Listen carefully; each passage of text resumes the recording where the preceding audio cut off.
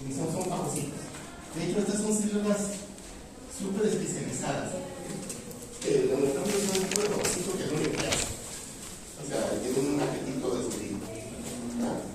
De hecho, estas células que vienen a ser células suicidas, kamikaze, ¿qué quiere decir? Células lo buscan en Wikipedia. La verdad estoy mal, no me acuerdo si estoy así. Es una palabra por eso. Ok, bien, entonces, a lo que me refiero yo es que estas células interesantemente tienen una vida media muy corta. Todos los días producimos miles de millones de estos neutrófilos y su único fin es fagocitar, o sea, encontrar algún patógeno que haya para poderlo destruir. Muchas veces ninguno de estos neutrófilos se encuentra un patógeno y duran un poquito, se activan un poquito y mueren. Entonces, pero los neutrófilos están en la circulación con el fin de que en el momento necesario, cuando se requieran, que puedan migrar al lugar donde se encuentran los patógenos. Entonces los neutrófilos van a migrar desde la sangre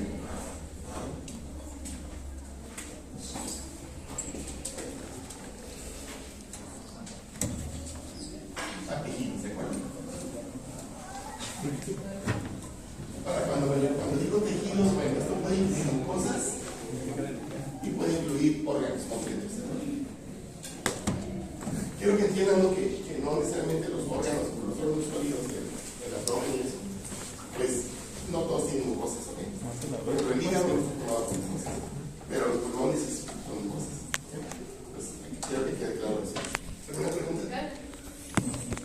Entonces, ese es el propósito. Estos neutrófilos están ahí circulando y son importantes porque están a la expectativa, no es como si estuvieran, como las patrullas están circulando todo el tiempo vigilando, patrullando. Y en cuanto ocurre algo, se llama y se va a dar algo de eso. Ahora, ¿qué permite que estos puedan migrar? Bueno, la migración de los neutrófilos se da siempre en el contexto de un proceso de la inmunidad innata que se llama inflamación. Solo a través de la inflamación los neutrófilos van a poder migrar. ¿Ok? Y eso lo vamos a explicar cuando revisemos cómo funciona la inflamación mediada por la presencia de patógenos para entender por qué. Ahora, todas las demás células que vimos en las que están en la sangre, los leucocitos de sangre periférica, también migran, pero no necesariamente en el contexto de la inflamación. Esto es, no se requiere inflamación para que puedan migrar. Entonces, aquí hay un punto muy importante. Cuando veamos el tema de inflamación, vamos a explicar un mecanismo general mediante el cual migran las células desde la sangre a tejidos. Eso lo vamos a ver. Es unos mecanismos que vimos en inflamación, se repiten, pero cuando no hay inflamación. O sea, unos mecanismos muy similares se requieren, por ejemplo, para que los linfocitos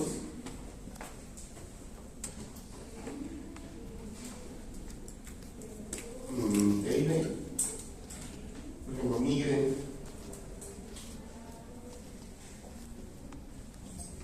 a los órganos linfoides. Entonces, de hecho, estábamos comentando el día de ayer que todos esos linfocitos que ustedes ven circulando en la sangre están en tránsito y van a llegar eventualmente a algún órgano linfoide. Específicamente, si vamos a ser más exactos, serían órganos linfoides secundarios. Eventualmente vamos a ver esto. Entonces, la migración de linfocitos no requiere de la inflamación.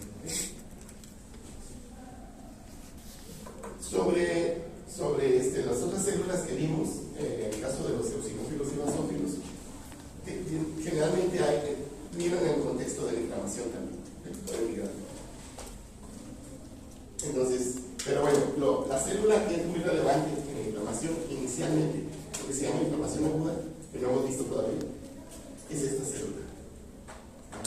O sea, si se hace un análisis histológico de un tejido donde hay inflamación aguda, la célula principal que van a ver son estas, van a ver neutrófilos.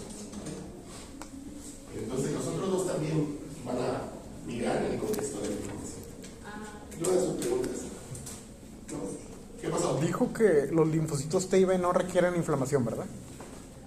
Sí pueden migrar en contexto de la inflamación, pero ordinariamente como tienen que ir del lugar de origen, voy a poner ese esquema ahorita, tienen que ir del lugar de origen a donde van a residir eventualmente, ¿verdad? Y si no hay inflamación, pues como migran, ¿verdad? sangre de tejidos o de sangre de neuromicoides, no se requiere inflamación. A eso me refiero. Yo quizá los confundí más, ¿no? Para ver.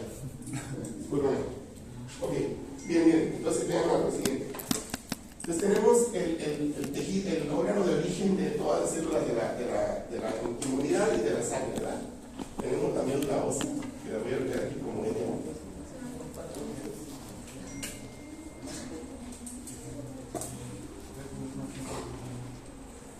De aquí salen ya sea las células ya totalmente diferenciadas o los precursores de muchas de las células de la inmunidad. Entonces de aquí, por ejemplo, saldrían los monocitos, ya tal cual, ¿verdad? Saldrían los linfocitos, pero uno de ellos no, de hecho requiere un paso más de diferenciación. Voy a poner más linfocitos. También los neutrófilos. Y los otros granulocitos, ¿no? Basófilos y así. Ahora no estoy incluyendo eritrocitos ni plaquetas, ¿ok? Bien, entonces estos eventualmente van a migrar a tejidos,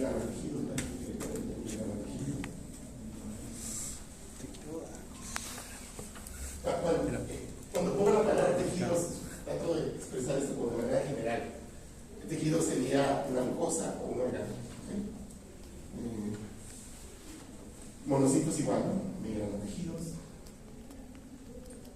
Recuerden el papel de los monocitos, son los precursores de los macrófagos tisulares.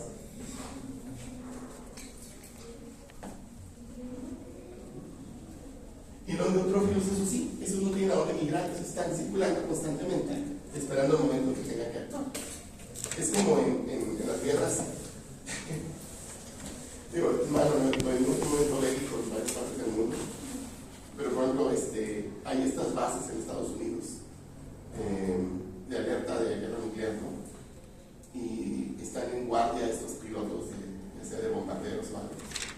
Y en el momento que se les da la señal, llega una orden, están listos para subir a un avión y empezar a partir, ¿no? Entonces, básicamente, imagínense eso, ¿no? Los neurones están ahí, pues a ver en qué momento van a actuar. Entonces estos pueden migrar, pero por información.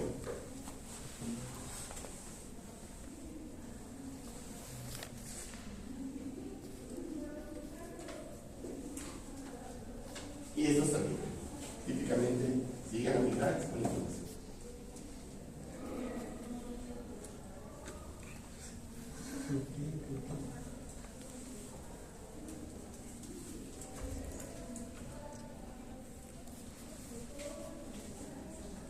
Hay una serie de mecanismos involucrados en la migración de células. Todos son similares aquí, pero lo que vamos a ver con detalle es la migración de células cuando hay inflamación, eventualmente. Entonces vamos a ver algunos detalles de cómo ocurre con otras células.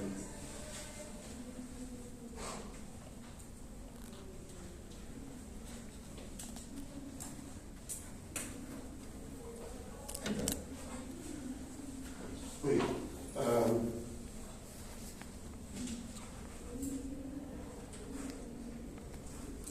Entonces el término kamikaze, que está aquí mal escrito, no me acuerdo, se refiere a pilotos de la Segunda Guerra Mundial en la frente del Pacífico, de una de las naciones en guerra, que usaban los aviones no para atacar, sino para suicidarse, hacer explotar el avión sobre un barco, y a eso le llamaron pilotos kamikaze. O sea, en la misión de ellos era suicidarse con el avión, tratando de hacer el mayor daño. Entonces, mi referencia a kamikaze, y no quiero, era por hablar mal de una cultura, era que básicamente es una mentalidad, ¿no? Los neutrófilos tienen mentalidad, o sea, los neutrófilos nos tienen sin cuidado a morir. Lo importante es que tanto pueden ayudar a destruir al patógeno. Entonces, son fagocitos muy activos. ¿Okay? Bueno, entonces, al día de ayer creo que se había comentado, les pregunté qué eran las regañas, ¿se acuerdan? Que todo el mundo escribe como la regaña. Lo voy a escribir, como dice el poema, opolo, y la palabra correcta. Entonces todo el mundo piensa que es esto, y eso dicen que esto qué es, pero eso está bien. Muy bien, entonces, cuando nosotros tenemos, cuando estos neutrófilos migran y comen comen hasta que se llenan, ¿verdad? O sea, parasitan patógenos, eventualmente mueren ahí mismo, mueren in situ, ¿se puede entender? Y esa acumulación de neutrófilos en ese lugar, que son producto de la lucha contra patógenos, básicamente son neutrófilos que se alisaron, y en la acumulación de esos vamos a decir, cadáveres, o más bien cadáveres despansurados de neutrófilos, forman ese líquido amarillento que a veces pasa hacia el verde, que conoce como pus. Las lianas son pus. Y todo el mundo ha visto la pus, todo el mundo ha tenido algún tipo de grano que se desinfecta. El acné, por ejemplo, es típico. Esa es la pus. Y la pus es básicamente un caldo, un extracto de neutrófilos. De hecho, no digo que lo vayan a hacer en un laboratorio, no creo que lo deje su profesor hacer, pero sería muy interesante ver que hicieran un frote de pus y luego lo tiñeran. No va a haber nada, no va a haber ni células ni va a haber bacterias ni nada. O sea, ese es el producto final de la lucha de los neutrófilos contra los patógenos, ¿no? Termina en este caldito amarillento. Pues ya saben que es la pus. Digo, quizá no querían saberlo hoy, pero ya se los dije. Muy bien, entonces ya terminamos con esta parte. Nos quedan todavía temas que neutrófilos contra patógenos. Vamos a revisar primero el reconocimiento. Ni yo. De patógenos. Recuerden que de aquí en adelante estoy usando el término patógeno por agente infeccioso o por organismo patógeno. ¿Sí? Es lo mismo. Por parte. No, vamos a poner no por parte, en la inmunidad innata. Sobre todo para no escribir más, ¿verdad? Inmunidad innata es II, inmunidad adaptativa es IA. No es inteligencia artificial, es IA. Y entonces, una de las palabras que se describe a veces al mecanismo de inmunidad innata es como mecanismo de inmunidad inespecífica. Y eso es incorrecto.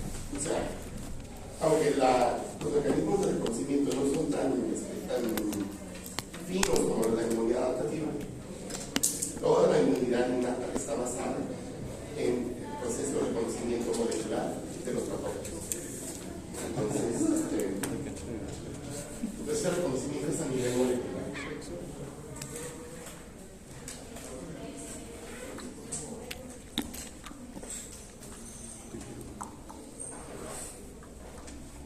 Para ello, a lo largo de la evolución del sistema inmune innato, han surgido una serie de receptores.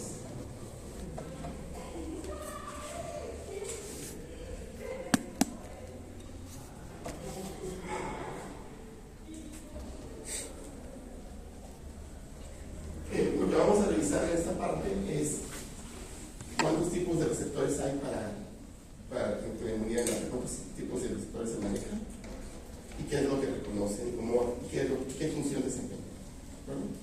Entonces, todos los actos de la inmunidad innata en general, concepción de lo que es propiamente una barrera física así pura, es el único acto de los mecanismos de inmunidad innata que no se reconoce especificidad.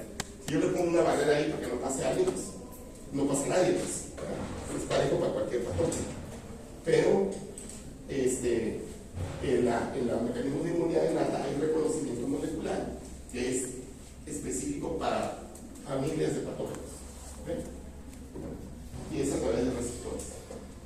Ahora bien, el problema aquí es que ya se están en quinto, si recuerdan lo que son receptores.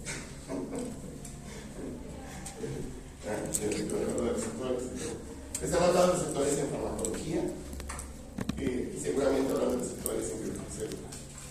Hay que recuperar los receptores. ¿Dónde se ubican los membrana, ¿no? ¿Vale? En la membrana. Muy comúnmente en la membrana. Muy bien, es todo. Sí, sí, obvio que celular. Por favor, Entonces, es muy común que la ubicación de receptores sea la membrana. ¿Por qué? Porque es el espacio externo de la célula y a través de los receptores recibe señales externas, ¿verdad? Es como se comunica muchas veces la célula con el exterior de ella, ¿verdad? Bueno, en el caso de la inmunidad innata, muchos de los receptores de la inmunidad innata van a estar presentes en membranas celulares, obviamente de las células de la inmunidad. Entonces, ¿dónde creen que van a estar esos receptores? Pues van a estar en macrófagos, neutrófilos, basófilos, ¿sí? ¿Qué basófilos? Eosinófilos, monocitos, macrófagos tisulares, células cebadas, ¿cómo se llama? La otra célula, tejidos conectivos, fibroblastos, etc. ¿Me entienden, no? ¿Me siguen? Ok, pero no solo ahí, sino que muchos de estos receptores van a ser en células que uno no esperaría que son parte del sistema inmune. De hecho, el sistema inmune casi está en todos lados. Todas las células son una mini sistema inmune. ¿Ok? Por ejemplo, ¿dónde hay estos receptores? En las células epiteliales, por ejemplo. Las células epiteliales tienen receptores para los receptores y pueden iniciar respuestas inmunes. ¿Sí queda claro? Entonces, estos receptores que vamos a revisar, podemos ver que van a estar en muchos lugares. ¿Sí? Ahora, va a haber células que particularmente van a tener de todo tipo de receptores. Por ejemplo, los macrófagos tisulares tienen todo. Son una célula más completa en cuanto a receptores. Pero por ejemplo, la célula epitelial va a tener 2 o 3 tipos de receptores que va a tener. Y una célula epitelial puede iniciar una respuesta inmune. Si llega un patógeno y tiene receptor para reconocer ese patógeno, esa célula epitelial va a responder a la presencia de ese patógeno. ¿De acuerdo? Reconociéndolo con esencia. Ok. Entonces, su compañero ya nos dijo que estos receptores pueden estar en la membrana celular.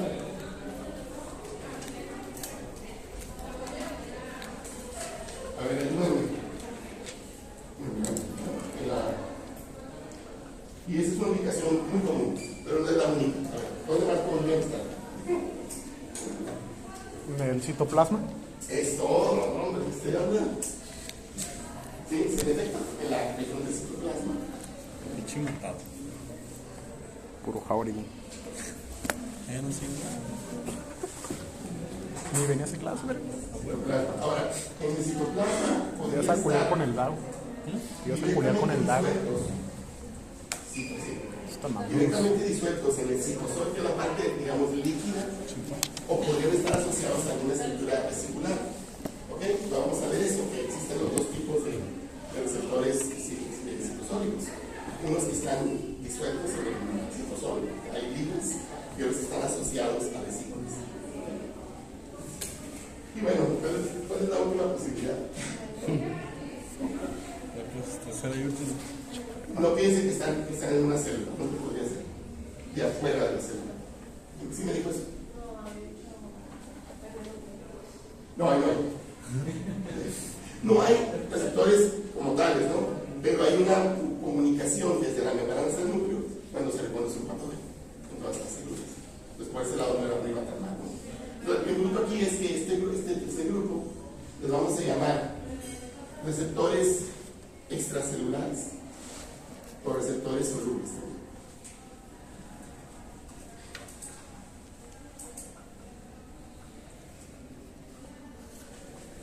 Ahora, esta clasificación es humana, ¿de acuerdo? No es una clasificación hecha por el sistema inmune. Sencillamente es una manera más sencilla de plantearles todas las familias de receptores. ¿Sí me siguen, verdad? Entonces tenemos 3 ubicaciones: membranal, citoplásmica y externa. No, esa idea no está difícil, ¿verdad? Todo me va siguiendo. Ok. Estos receptores en general, en el contexto de la inmunidad innata, pues a ver, estoy pasando hablando de contexto. Los gringos les encanta esa palabra. No porque sea gringo yo, nací en México, en Tijuana, de hecho. Ok, entonces, el punto es aquí que se les ha dado un nombre general a estos receptores que participan en la inmunidad innata. O sea, todos los receptores que tiene un papel de inmunidad innata, ¿se conocen? O la abreviatura viene del inglés, PRR. Y si lo quieren ustedes pluralizar, le ponen S, ¿no? PRR. ¿Qué quiere decir PRR en inglés? PRR quiere decir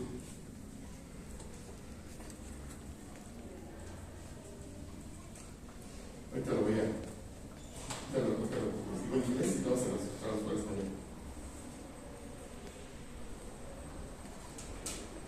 Ahora, este es el nombre que viene en inglés y desafortunadamente a veces los nombres en castellano no son tan adecuados. Pattern Recognition Receptors, ¿qué quiere decir? Receptores que reconocen patrones. Pero ¿qué tipos de patrones? No patrones como el patrón de la empresa, ¿no? Sino patrones moleculares. De hecho, tienes alguna palabrita que no usen el libro ninguno. Dice, receptores que reconocen patrones moleculares. ¿Patrones moleculares de quién? Pues de los patógenos. ¿Sí queda claro? Pero yo sé, en el inglés, en las sociedades anglosajonas, quieren abreviar todo, ¿verdad? Entonces, esta es la abreviatura que se usa. Yo voy a usar la misma abreviatura. No la voy a pasar al español, ¿de acuerdo? PRR son los receptores de la inmunidad innata, ¿de acuerdo? Que se conoce como cadena de polimerasa. receptores para reconocimiento de patrones. ¿Qué tipo de patrones? Patrones moleculares de patógenos. ¿Dudas? ¿Tienen que ya lo entendieron? No hay problema con eso, yo se lo pudieron poner. Ok, bueno. Muy bien, ahora, el receptor es la molécula que reconoce a con gran especificidad a ciertas moléculas, a otras moléculas, ¿de acuerdo? ¿Cómo le llamamos típicamente a la molécula que es reconocida por un receptor? Entonces, de hecho, estos se nos manejaron en farmacología, la interacción ligando receptor, ¿de acuerdo? O también la interacción ligando ¿Yo mismo? proteína. Vean muchos ejemplos de estas interacciones de ligando-proteína. Por ejemplo, a ver, las enzimas. ¿Cómo se llama la molécula con la que interaccionan las enzimas? Se llama sustrato. Es una palabra genérica. Los ligandos de las enzimas, ¿qué son? Son los sustratos. Ahí está el ligando son los sustratos. Ese es un ejemplo de ligando-proteína. Ahora, ustedes vieron también en farmacología que algunos fármacos actúan a través de receptores celulares. Y ahí vieron la interacción ligando-receptor. ¿Okay? ¿Sí entienden el proceso? Entonces, el ligando sería la molécula que es reconocida por el receptor. ¿Bueno? ¿Se entiende o no se entiende? ¿Creen que ya lo tienen? Ok, entonces, ¿qué es lo que queremos saber ahora? Tenemos los receptores. Aquí la palabra cuál es, aquí la pregunta cuál es. ¿Cuáles son los ligandos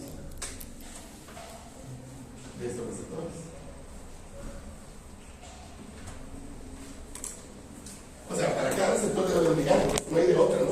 Si no aparece el receptor que no reconoce nada, ¿para qué hicieron ahí? Debe tener su ligando. ¿Les habían hablado de esto? Pues es nuevo para ustedes. Porque a veces no me saca de onda que no sepa nada de eso.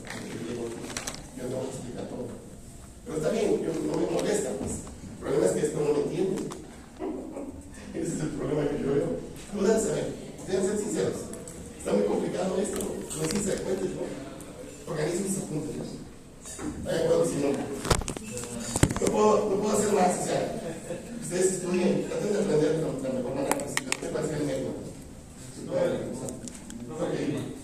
¿Qué pasó? El ligando que había dicho que era una molécula que... Es la molécula que es reconocida por el receptor o por la proteína. Ahora, díganme una cosa. La mayoría de los receptores, ¿qué tipo de biomoléculas son? Son proteínas o acúmulos de proteínas. La bioquímica estructural los va orientando, los va a asestar en la noche, los va a despertar, van a tener pesadillas. Todo esto, toda esta terminología la deben manejar desde la química estructural. Digo, no los receptores, pero por lo menos ya vieron el caso de proteína ligando con las enzimas, ¿no? ¿O no? Ya lo vimos, vieron el tema, sí, yo decidí ese tema. Es bien muy fácil si vimos enzimas. primer mensaje. Que si no se acuerda es una cosa, pero si bien sencillo, ya ni modo, ya no está ¿Sabe qué es? muy bien, no hay problema. Fisiología. Entonces, el punto es que casi todas las proteínas que tienen esta célula tienen ligandos. ¿Qué es el ligando? Esto es algo muy importante. El ligando puede ser una proteína o puede ser una molécula. U otra molécula. Puede ser un líquido, puede ser un carbohidrato. ¿Sí decimos? A ver, vean un ejemplo. Y vamos a ver estas moléculas. Estas son las proteínas especializadas. Hay unas proteínas que se llaman lectinas. En alguna clase les han hablado de esto. Voy a hacer, yo creo que voy a hacer. Yo estoy desde la primera vez de todo, ¿no? ¿Alguien sabe qué es una lectina? Es una definición general. Es un tipo de proteína. Pero ese nombre viene del tipo de ligando que se conoce. O sea, en general, cualquier molécula que se diga, cualquier proteína llamada lectina, todas las lectinas son proteínas. ¿Qué tienen de especial las lectinas? Bueno, todas las lectinas tienen como ligando. Su ligando es un carbohidrato.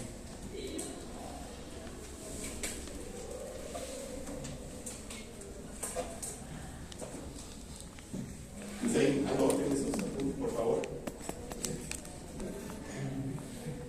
Ahí está un ejemplo de ligandos. O sea, estas proteínas en particular. Y las lectinas las encontramos en todos lados: plantas, animales, insectos, en todos lados hay lectinas. Claro, no es un tema de estudio en general, con excepción de este curso donde tengo que hablar de algunas lectinas. A fuerzas, lectinas. A ver, a ver si dice algo. Yo sé que a veces estos alumnos están bien diseñados. Lectinas, ¿ok? Entonces, cuando vean la palabra lectina, porque la tienen que asociar de inmediato con su ligando, porque todas las lectinas tienen el mismo tipo de ligando, de la misma naturaleza, pues son carbohidratos.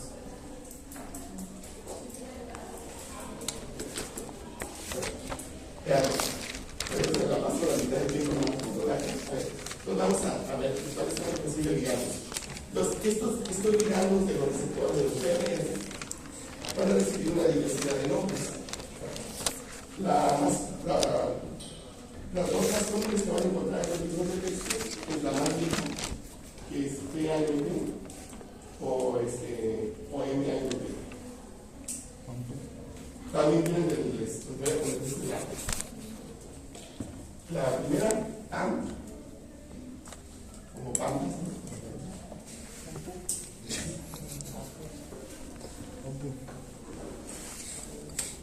Y no me da risa porque el término soviético es muy bombante y nada más los confunden, ¿verdad? Esto de la ciencia a veces es para confundir al enemigo, ¿no?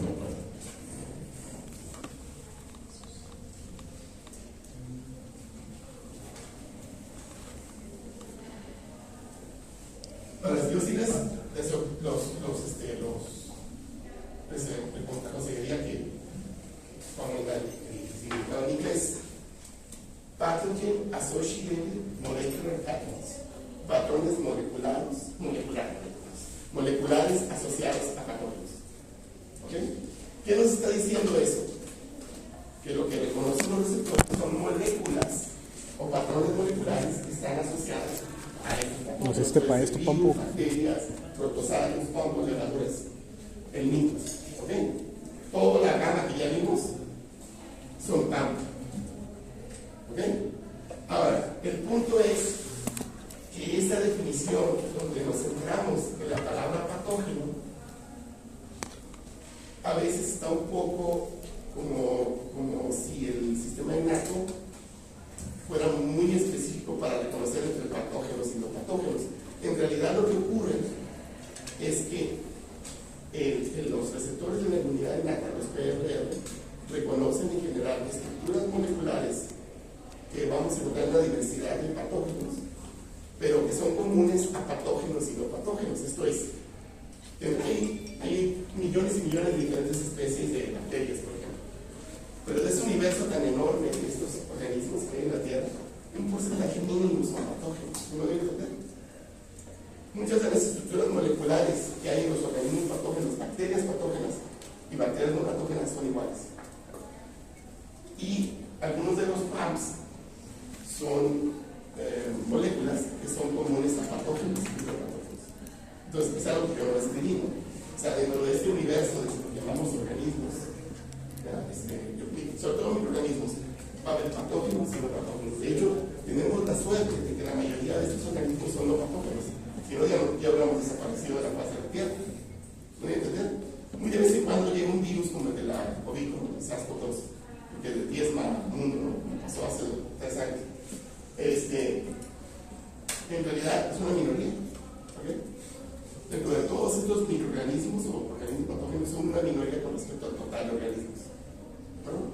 Ese es un punto muy importante. Entonces, estos receptores de la inmunidad innata evolucionaron para reconocer ciertas estructuras que son comunes a grupos de patógenos como una manera de avisar al sistema inmune de que por allá viene alguien que es como puede ser malandro, ¿no? Si no de entender un organismo malandro o no es malandro, no lo sé, por si las dudas lo voy a reconocer.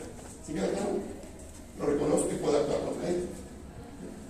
Entonces, este término va muy enfocado a que siempre el organismo de la inmunidad está centrado en lo que es patógeno con respecto al que no, porque en realidad no es así. Por eso el segundo término, el MAP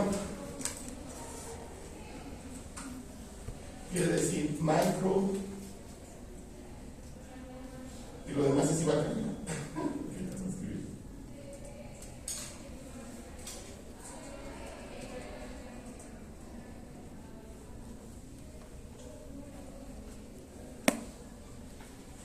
Ustedes están en el lectura. MAP. Y esta palabra micro en inglés se traduce al castellano como microbios. Microbios. También pueden ponerle microorganismos. Generalmente microbios tienen una connotación negativa, refiriéndonos a que pueden ser malos, no pueden ser malos. Pero lo que quieren decir aquí es que independientemente si es patógeno o no, la estructura está presente en microbios. Usando un microbio como cualquier organismo patógeno microscópico, que también es un exceso, ¿no? Porque hay patógenos multicelulares. ¿De acuerdo? Entonces hoy en día los libros de inmuno utilizan más este término que este de acá, pero pueden usar cualquiera de los dos. Si no se confunden ustedes, pueden usar cualquiera de los dos. Y a veces se va sobre este. ¿Alguna pregunta? Dijo entonces que es el mismo término. Describen lo mismo, pero este es un poquito, trata de como de no ser excesivo, ¿no? Esto es, los receptores realmente no reconocen estructuras exclusivas de patógenos. O sea, los receptores de la inmunidad en los PRL. Además, ahorita les voy a dar una lista de estas estructuras. Ok, tengo todavía 12 minutos. Muy bien, entonces, vamos a hablar un poco de estos moléculas. ¿Okay? Me voy a ir por tipo de organismo. ¿Es que puede ser patógeno o no puede ser patógeno? Pero vamos a las piedras. No sé, sí. Pueden ser los dos. O sea, puede ser malo o puede ser bueno. Sí, sabes que la bacteria son el mismo término. nomás no me sorprende decir. Lo reconocemos. No voy a trambar. Pero si es patógeno, sí. Me recupero rato, ¿no? Puede ser que lo reconozca o no sea patógeno. Es de todo, ¿no? Sí. Todo el mundo sabe que es una bacteria. A ver, Es que es un tema. O sea, ¿qué tipo de bacteria? pues que esto es más inclusivo. Bien, como diría, Haz de cuenta que es el término de los niños, que solamente eran gays, y aquí es el término de a ver, nomás defínalo como por ejemplo decir, para empezar, sí saben que son microorganismos, ¿verdad? Pequeñitos. A ver, ¿cuál es el tamaño, digamos, promedio de una célula bacteriana? Una bacteria. Son micrómetros. Están en el ámbito, por ejemplo, una bacilo de Escherichia coli, que es una bacteria muy común. Bueno, hay muchísimas bacterias. Es como de 1 micrómetro por 3, 1 por 3. ¿Verdad? A ver, ¿qué es un micrómetro? No.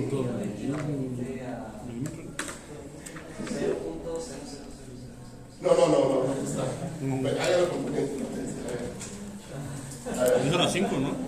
La verdad es que ¿No era los 6? a mí me impresiona cuando no tienen idea de las unidades en mundos microscópicos, ¿no? O sea, y molecular, tienen que saberlo. Son químicos y biólogos. A ver.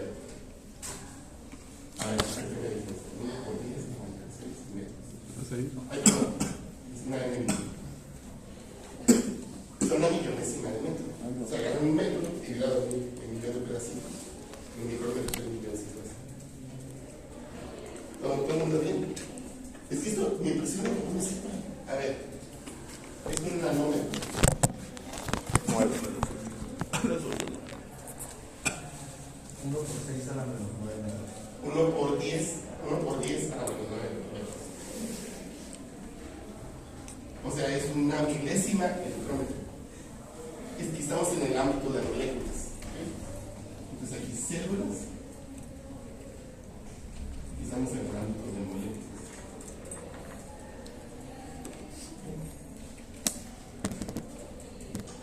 Entonces, si nos vamos a nivel atómico, hay una unidad que se usa, no es el picómetro, ¿verdad? Un picómetro, ¿qué sería? 16.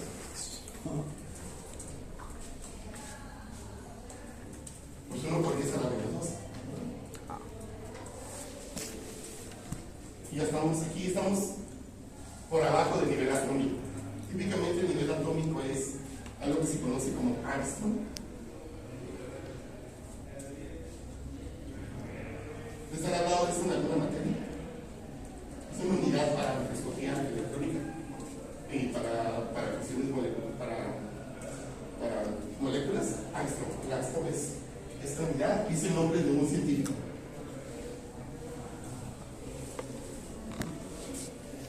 De hecho, creo sueco. El Armstrong no es un submúltiplo del sistema internacional. Es una unidad creada en honor a es una manera de expresar con números sencillos algo muy pequeñito. Es 1 por 10 a la menos 10. Ese es un Armstrong. Pero ya cuando vamos a Armstrong, ¿en dónde estamos? Estamos a nivel de A. ¿Sí queda claro? Espero que les haya sentido eso. Entonces, cuando las bacterias se tratamos el micrómetro. Y con los virus, ¿dónde cambiamos? Los virus son más chicos que las bacterias, nosotros estamos entre los. ¿Sí queda claro? Ahora, si hablamos, por ejemplo, de levaduras y de hongos filamentosos y hablamos de protozoarios, estamos igualmente a nivel de micrómetros. Aunque son más grandes, ¿verdad? Por ejemplo, si una bacteria tiene 3 micrómetros de longitud, un protozoario puede tener un diámetro de 30 micrómetros, de distribución, pero no deja de ser microscópico. ¿Sí queda claro? O sea, necesita un microscopio para ver. ¿Cómo me sigue? Entonces, estos son los microorganismos patógenos. Y ya cuando hablamos de los que son macroscópicos, los que son multicelulares, eso ya está a nivel de milímetros, ¿de acuerdo? Ya podemos verlos. ¿No? ¿Preguntas? ¿Creen que esto les ayude a algo? No sé, espero que no se les olvide. Es malo. Ayúdenme. Ayúdenme. Ok, bueno. Entonces me voy a pasar voy a correr aquí y voy a hablar ahorita de las. Y voy a hablar de los partes de las bacterias, ¿no? Y una vez hablamos de eso. Que quede claro, ya cuando llegue yo a eso, ustedes ya saben de qué estoy hablando. Cuando lleguen los receptores, familia de receptores. Sale, vale. Ok. Bien, pues para bacterias, ¿cuáles son los PAMs más comunes? PAMs. Les vamos a llamar bacterianos, ¿no? Las bacterias aportan varios de los PAMs más importantes para estos receptores. Uno de ellos sería, el péptido glucano. Aquí estamos en esta polémica, el péptido glucano, los ácidos glicólicos.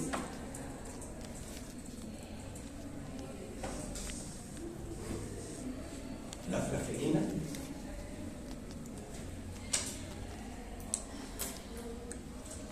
El polisacárido. Lo voy a poner.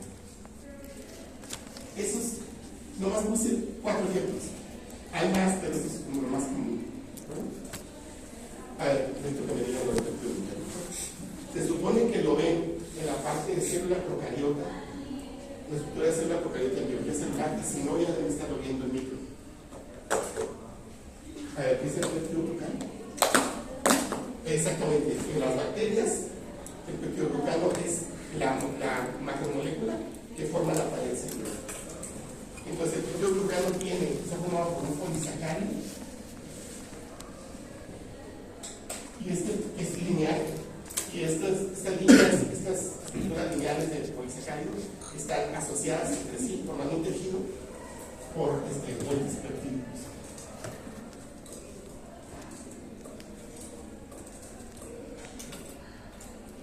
Entonces, algunos de estos PRR reconocen la estructura del peptidoglucano. Entonces, fíjense ustedes, todas las bacterias por definición tienen peptidoglucano. Entonces, esos PRR van a reconocer a cualquier bacteria. ¿De acuerdo? O sea, no puedes decirme que el peptidoglucano es una estructura que solo es de cotón. Cualquier bacteria puede tener peptidoglucano, tiene parecido. Los ácidos glicoicos igualmente, estos es para gram positivos. Ya saben eso, ¿verdad? Luego, la flagelita es la proteína que es el componente principal estructural de los flagelos. Sí, me acuerdo. Yo creo que es lo que estudié. Y el LPS, a ver, ese es el lipopolisacárido. Gram negativo, papá. Gram negativo. Estas son cosas que ya deben saber o deben estar en el proceso de aprender. A ver, este famoso, creo que esta palabra gram es un apellido de un biólogo holandés del siglo XIX que descubrió la atención que lleva su nombre. O sea, van a ser del destino. Muy interesante. Esto de Wikipedia. A ver, ¿cómo que de acuerdo a gram se clasifican las bacterias? Siempre y cuando tenga para celular.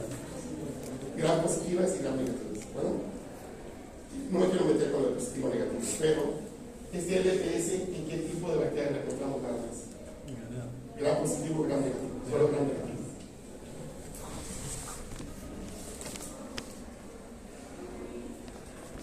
Bien, el LPS es la mitad externa de la segunda membrana.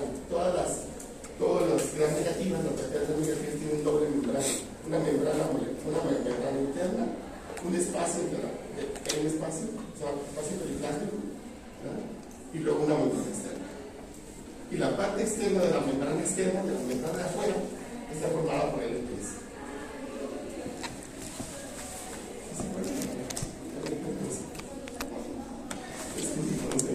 ¿Para qué sacas el pompa? Estos son como ejemplos nada más de patrones moleculares de bacterias que son reconocidos por los sectores de inmunidad de cáncer. Y de ahí me voy a hablar. Descansen. No sé cómo de esos que les ponen gusano, a ver si se mueven.